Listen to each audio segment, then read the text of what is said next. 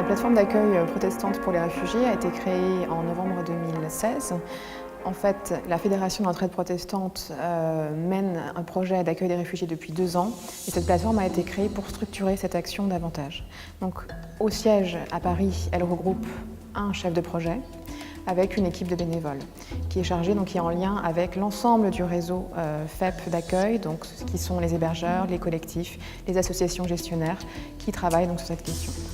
Donc nous travaillons à Paris, mais nous sommes très en lien avec le territoire. Notre travail est surtout de faire le lien entre les familles qui arrivent et les propositions d'hébergement, de recenser aussi toutes ces propositions d'hébergement. Et après, nous avons un gros travail de formation et d'animation du réseau. Notre but, on le comprend, c'est d'aider au maximum ces initiatives localement.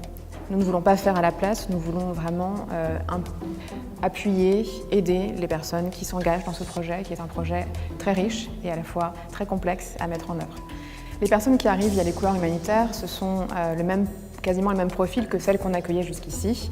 En fait, il y a plusieurs choses. Il faut voir d'un point de vue de la situation de ces personnes, du point de vue du droit. Donc, ce sont des personnes qui viennent avec un visa D, c'est-à-dire un visa long séjour.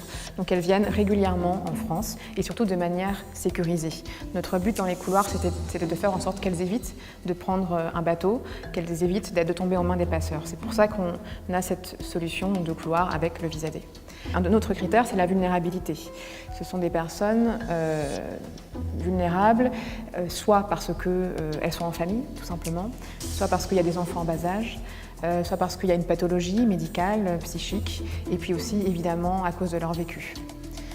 Soit aussi parce qu'elles peuvent même subir des persécutions dans le pays dans lequel elles sont déplacées. Donc ce sont ces critères-là qu'on doit prendre en compte.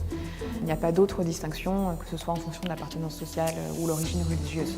Les personnes accueillies dans le cadre des couloirs humanitaires, donc une fois qu'elles arrivent en France, elles sont prises en charge par des hébergeurs constitués en collectif.